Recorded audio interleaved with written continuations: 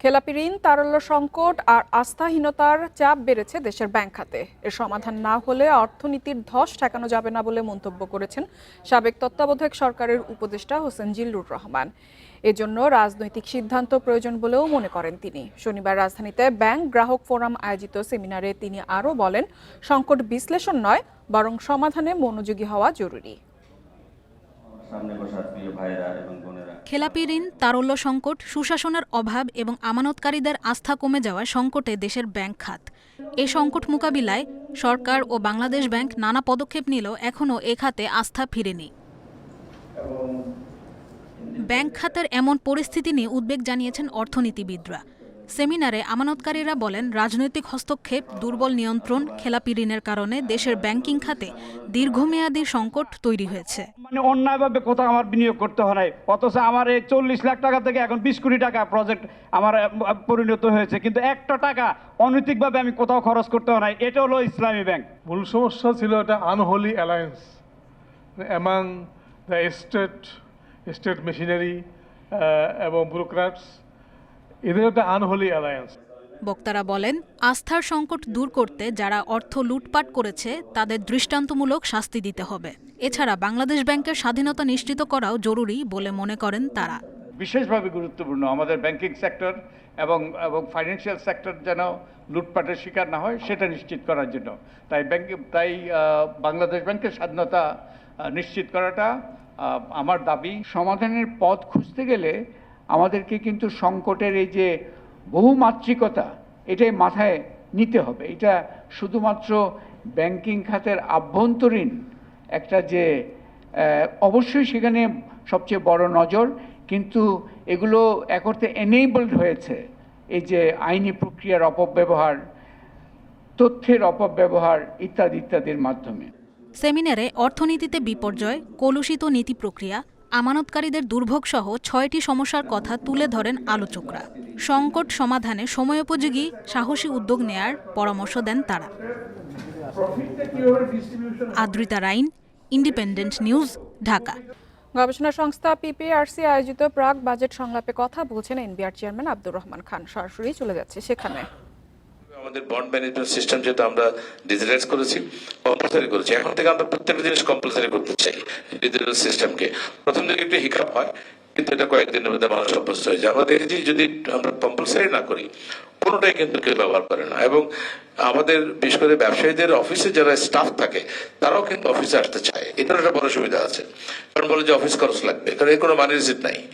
ফলে তারাও কিন্তু চায় না যে ডিজিটালাইজ হোক। এটা কিন্তু আমরা বেশি টের পেয়েছি হলো আমাদের যখন এই কাস্টমার বন্ড মডার্নাইজেশন যেটা আমরা করতে চেষ্টা করছি, সেখানে যে এটা কোনোভাবেই কম্পালসারি করতে পারছি না, বারবার বলে আমাদের সিস্টেম রেডি না।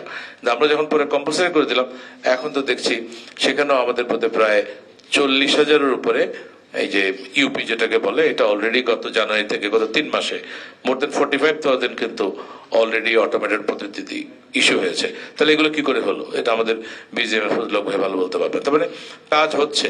সো আমরা শুধু ডিজিটালাইজ করবো না সিস্টেমগুলোকে, এগুলোর কম্পালসারি ব্যবহার করব এবং এর মাধ্যমে আমরা একটা স্বচ্ছতা এবং জবাবদিহিমূলক রেভিনিউ অ্যাডমিনিস্ট্রেশন আমরা বাস্তবায়ন করার চেষ্টা করবো। কারণ আমরা যেখানেই যাই, শেষ কথা কিন্তু একটাই, রেভিনিউ বাড়াতে হবে। আপনারা বাংলাদেশের ইকোনমিক ক্রাইসিসের সব আলোচনার শেষ কথা একটাই, যে রেভিনিউ না বাড়িয়ে কোনো উপায় নেই। আমাদের এই 7%-এর নিচে বিলো জিডিপি রেশিও দিয়ে যদি সারা দুনিয়াতে 5% খরচ করে হেলথে, ডাক্তার ভাই ভালো বলতে পারবেন, তো আপনার গোটা ইনকাম হচ্ছে 7%-এর নিচে, আপনি হেলথে 5% কি করে খরচ করবেন? অথচ সেটা খরচ করাটা জরুরি। তার মানে আমাদের আসলে রেভিনিউটা বাড়াতে হবে। সবাইকে ধন্যবাদ। আসসালামু আলাইকুম। অসংখ্য ধন্যবাদ এনবিআর চেয়ার। উচ্চ মূল্যস্ফীতি, বিনিয়োগ স্থবিরতা, জ্বালানি সংকট ও উৎপাদন খরচ বাড়ায় অর্থনীতিতে চাপ বাড়ছে। এতে দেশের অর্থনীতি চ্যালেঞ্জিং সময়ের মধ্য দিয়ে যাচ্ছে বলে মনে করছে ঢাকা চেম্বার। শনিবার সামষ্টিক অর্থনীতির ত্রৈমাসিক অবস্থার মূল্যায়ন নিয়ে সেমিনারে এসব তথ্য তুলে ধরে সংগঠনটি। একই সাথে মানুষের ক্রয় ক্ষমতা কমে যাওয়ায় সেবা খাতের প্রবৃদ্ধিও বাধাগ্রস্ত হচ্ছে বলে মনে করছে ঢাকা চেম্বার। অর্থনীতির বর্তমান অবস্থা, গতি প্রকৃতি ও ব্যবসায়িক কার্যক্রম পরিমাপে অর্থনৈতিক অবস্থান সূচক চালু করেছে ঢাকা চেম্বার। পরিস্থিতি বুঝে নীতি নির্ধারক, বিনিয়োগকারী ও ব্যবসায়ীদের সিদ্ধান্ত নেয়ায় সহায়তা করা এর উদ্দেশ্য। প্রতিবেদন অনুযায়ী 2025 সালের অক্টোবর থেকে ডিসেম্বর প্রান্তিকে ঢাকা কেন্দ্রিক অর্থনৈতিক অবস্থান সূচকের স্কোর 0.50। অর্থনৈতিক অবস্থান সূচক অনুযায়ী জ্বালানি সংকট সহ অনিশ্চিত শুল্ক নীতির কারণে উৎপাদন খাতের কার্যক্রম খুবই দুর্বল। পাশাপাশি বিনিয়োগ স্থবিরতায় সার্বিক অর্থনীতিতে চাপ বাড়ছে। জলবায়ু পরিবর্তনের প্রভাবে প্রাণী সম্পদ খাতে উৎপাদন কমেছে। এছাড়া দক্ষ জনশক্তির অভাবে সেবা খাতের প্রবৃদ্ধিও বাধাগ্রস্ত। বাংলাদেশের অর্থনীতি বর্তমানে একটি চ্যালেঞ্জপূর্ণ সময় দিয়ে অতিবাহিত হচ্ছে। উচ্চ মূল্যস্ফীতি, বৈদেশিক মুদ্রার রিজার্ভের চাপ, বিনিয়োগ মন্থরতা, জ্বালানি ও উৎপাদন ব্যয় বৃদ্ধি, রপ্তানি ও কর্মসংস্থানে সব মিলিয়ে সামষ্টিক অর্থনীতিতে এক ধরনের চাপ বিরাজ করছে। অর্থনৈতিক গতি প্রকৃতি নির্ধারণে সূচকটি গুরুত্বপূর্ণ ভূমিকা রাখবে বলে আশা করেন সেমিনারে অংশ নেওয়া অর্থনীতিবিদ ও ব্যবসায়ীরা। নীতিগত সংশোধন করতে হলে তা দ্রুত শনাক্ত করা সম্ভব হবে বলে মনে করছে বাণিজ্য মন্ত্রণালয়। এটা সত্য যে অর্থনীতির গতি প্রকৃতি যদি আমরা না বুঝি তাহলে এটাকে সঠিকভাবে পরিচালিত করতে পারবো না। আমাদের বর্তমান অর্থনীতির মূল চ্যালেঞ্জগুলো হচ্ছে কি? হাই ইনফ্লেশন, তারপর উইক ইনভেস্টমেন্ট এবং ফ্রেজাইল ব্যাংকিং সিস্টেম।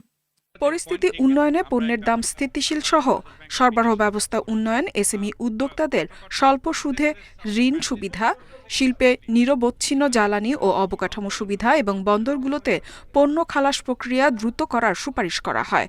পাশাপাশি ভ্যাট হার কমানো ও লাইসেন্সিং সেবায় হয়রানি কমানোর ওপর জোর দেন বক্তারা। আমার দেশে টাকা ঢুকতে গেলে ইফাতারা, ইন্ডিপেন্ডেন্ট নিউজ। সামনের বাজেটে ফ্যামিলি কার্ড ও কৃষক কার্ডে বরাদ্দ বাড়ানো হবে বলে জানিয়েছেন প্রধানমন্ত্রী তারেক রহমান। চাঁদপুরের শারস্তি উপজেলার ওয়ারুক এলাকায় ঐতিহাসিক খোর্দখাল পুনর্খনন কার্যক্রমের উদ্বোধন শেষে পথসভায় একথা বলেন তিনি। এ সময় দেশের মেয়েদের শিক্ষা ব্যবস্থায় এগিয়ে নিতে পর্যায়ক্রমে ডিগ্রি পর্যন্ত ফ্রি করে দেওয়া হবে বলেও জানান প্রধানমন্ত্রী। এছাড়া তরুণদের টেকনিক্যাল দক্ষতা বাড়ানো সহ এমন পরিকল্পনা গ্রহণ করা হবে যে পরিকল্পনা দেশের মানুষের ভাগ্য পরিবর্তন করবে। এছাড়া প্রধানমন্ত্রী খালের পাড়ে একটি গাছের চারা রোপণ করেন। এরপর চাঁদপুর সদর উপজেলায় আয়োজিত জনসভায় বক্তব্য রাখেন প্রধানমন্ত্রী তারেক রহমান।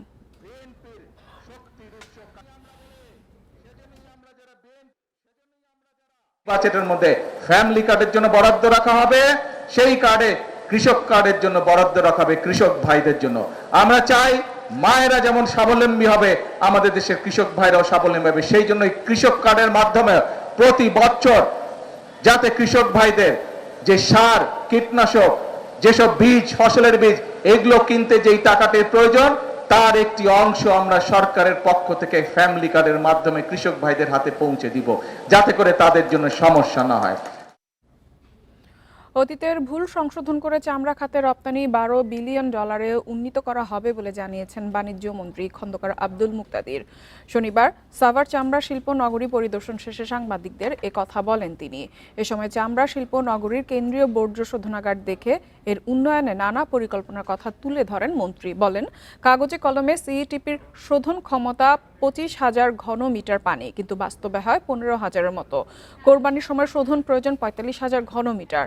এমন পরিস্থিতিতে রেশনিং পদ্ধতিতে কাজ চালানো হবে। ট্যানারিগুলোকে নিজস্ব ইটিপি তৈরিতে সহায়তা করা হবে বলেও জানান তিনি। এ সময় সরকারের পদক্ষেপে আস্থা রাখলেও সঠিক তদারকির আহ্বান জানান ট্যানারি মালিকরা।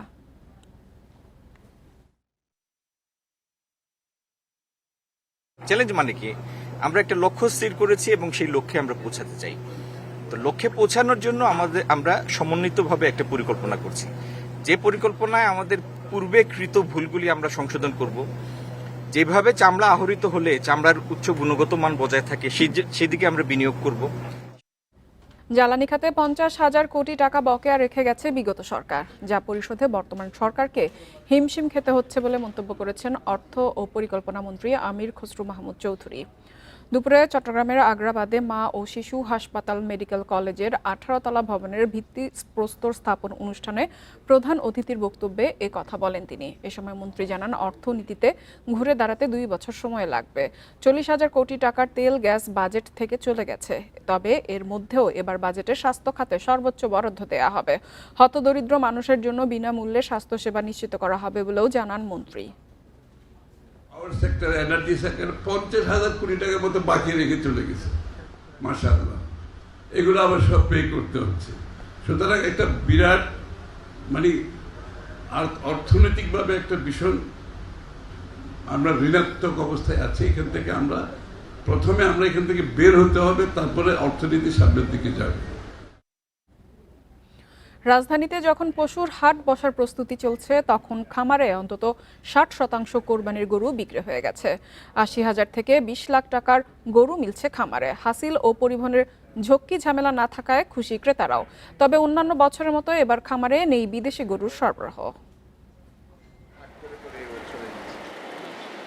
দেখে মনে হতে পারে এটি রাজধানীর কোনো অস্থায়ী কোরবানির পশুর হাট, যেখানে ক্রেতা বিক্রেতাদের সরগরমে মুখর।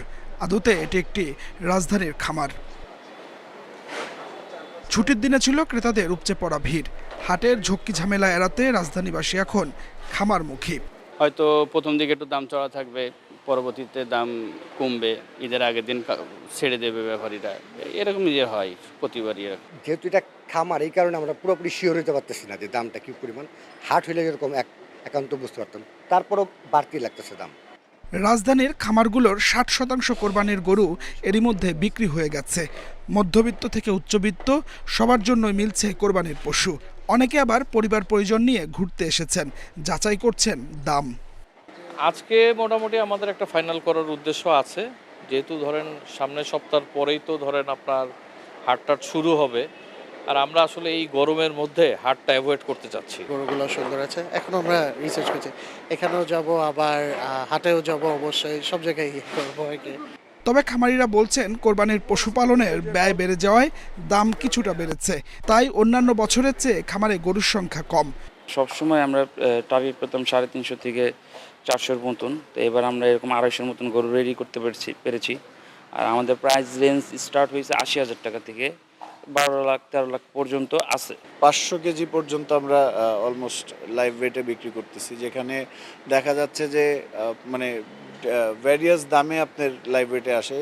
একটা রেঞ্জ আছে যেটা হচ্ছে আপনার 80 থেকে ধরেন 2 লক্ষ টাকা, এইটার রেঞ্জটা হচ্ছে আপনার এক রেট, এবং 2 লক্ষ টাকা থেকে ধরেন 3 লক্ষ টাকা এগুলার রেঞ্জ আবার আলাদা। খামার থেকে গরু কিনলে ঈদের দিন সকালে পৌঁছে দেওয়া হবে ক্রেতার বাড়িতে। রয়েছে ওজন মেপে নিশ্চিত হয়েই গরু নেয়ার সুযোগ। এসব কারণে খামারে পালিত গরুর দিকে ঝোঁক বাড়ছে ক্রেতাদের। Adilur Rahman, Independent News, Dhaka. আপনারা দেখছেন অর্থনীতি সারাদিন। RFL easy pipe American ASTM স্ট্যান্ডার্ডে তৈরি আধুনিক যুগের আধুনিক পাইপ। ফিটিংস এর সাথে জয়েন্ট হয় শক্ত ও মজবুত। RFL easy pipe and fittings, পাইপের বস, না কিনলে লস।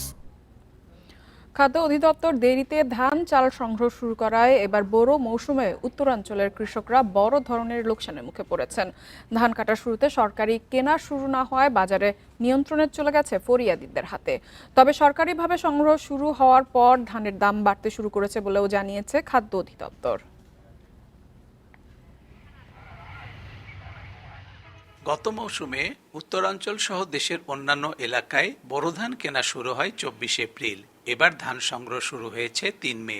এপ্রিলের মাঝামাঝি থেকে চলনবিল সহ আরও কয়েকটি এলাকায় ধান কাটা শুরু হয়। তখন সেচের পানি ও চাষাবাদের অন্যান্য খরচ মেটাতে কৃষকদের দ্রুত টাকার দরকার পড়ে। এই সুযোগে দালাল ফরিয়াদের নিয়ন্ত্রণে থাকা হাট বাজারে তারা বাধ্য হয়ে কম দামে ধান বিক্রি করেন। ধান কাটামারাই শুরুর পর 2 সপ্তাহ বগুড়ার শুধুমাত্র রনবাগা হাটেই দিনে বেচাকেনা হয় 1 লাখ মন ধান। গত বছর ওই হাটে মৌসুমের শুরুতে মোটা ও চিকন ধানে প্রতি মনে চাষিরা লাভ করেন 300 থেকে 400 টাকা পর্যন্ত। আর এবার সরকার ধান কেনা শুরুর আগে মনে লোকসান হয়েছে 400 টাকা থেকে 500 টাকা পর্যন্ত। যে ধান কিনতেছে, এই ধানটা যদি আরো 2 সপ্তাহ আগে থেকে কিনলো নি, তাহলে আমরা একটু দাম বেশি পেলাম নি। আগে দেবে আমরা হচ্ছে 800 টাকা 900 টাকা, 1000 টাকা হলেনি, 800 900। এখন সরকার কিনবার ধরছে 1000-1200 টাকা করে কিনতেছে, 1400 কিনতেছে দেখতেছি, তাহলে আমাদের এটা লস লয়। এখন অনেক কৃষকের ঘরে আর ধান নেই। বেশিরভাগ ধান মজুত করে রেখেছেন বড় বড় চালকল মালিকরা। তবে সরকারিভাবে ধান কেনা শুরু হওয়ায় পরিস্থিতি ধীরে ধীরে উন্নতির দিকে যাচ্ছে বলে দাবি খাদ্য অধিদপ্তরের। যে শুরু থেকে দামটা ছিল কিন্তু 1050 টাকা মন ছিল, বর্তমানে কিন্তু সেটি আস্তে আস্তে বৃদ্ধি পাচ্ছে। অর্থাৎ কৃষক যেটা আশা করছিল সেই দামটা কিন্তু বর্তমানে কৃষক পাচ্ছে।